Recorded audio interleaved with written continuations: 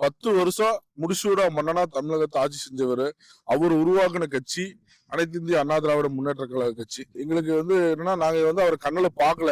ஏன்னா அவர் மறைஞ்சதுக்கு அப்புறம் தான் நாங்கெல்லாம் பிறந்தோம். ஆனாலும் இன்னைக்கு நாங்க அனைத்து இந்திய அண்ணா திராவிட முன்னேற்ற கழக கட்சியில பயணிக்கிறது எங்களுக்கு ரொம்ப பெருமையா இருக்குது. இன்றைய தினம் கூட அவர் பெயர்ல இருக்கிற எம்ஜிஆர் மாளிகை ராயப்பேட்டை கட்சி தலைமை அலுவலகத்துல விருப்பமனு கொடுக்கறதுக்காக தான் வந்தோம்.